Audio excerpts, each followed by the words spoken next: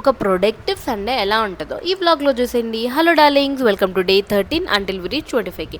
Sunday కాబట్టి కొంచెం లేదుగా ఉండాలి, బట్ ఉండాలనుకోలేదు. సో మార్నింగే బ్రేక్ఫాస్ట్ చేసేసుకొని నేను డీమార్ట్కి వెళ్ళిపోయాను. సో దట్ అన్ని థింగ్స్ కొనుక్కోవచ్చు అని చెప్పేసి మార్నింగ్ వెళ్ళాం, రష్ ఉండదు అని చెప్పేసి. సో డీమార్ట్కి వెళ్ళే ముందు మంచిగా బటర్ మిల్క్ తాగి కొంచెం ఎనర్జీ తెచ్చుకొని ఇంకా డీమార్ట్లో 2-3 గంటలు ఎట్లయినా టైం స్పెండ్ చేయాలి కాబట్టి కొంచెం ఎనర్జీ కోసం. దాని తర్వాత ఇంకా మేము ఎంత కావాలో అన్నీ చిన్నగా అన్నీ తీసేసుకొని, ఇంకా అవసరం లేని కూడా డీమార్ట్కి వస్తాం కాబట్టి తీసేసుకొని స్టార్ట్ అయిపోయాను. సో మా సామాన్లు చూస్తే బిల్ ఎంత అయి ఉండొచ్చు మీరు కామెంట్ చేయండి. అండ్ అలా అన్ని బ్యాగ్లు ఆటోలో ఎక్కేసుకొని రూమ్కి వచ్చేసాను. ఇంకా ఈవినింగ్ అట్లా ఆయిల్ పెట్టుకోవాలని చెప్పేసి ఇంకా మంచిగా నీట్గా నా హెయిర్కి ఆయిల్ పెట్టేసుకొని మార్కెట్కి వెళ్ళి వెజిటేబుల్స్ తెచ్చుకున్నాను.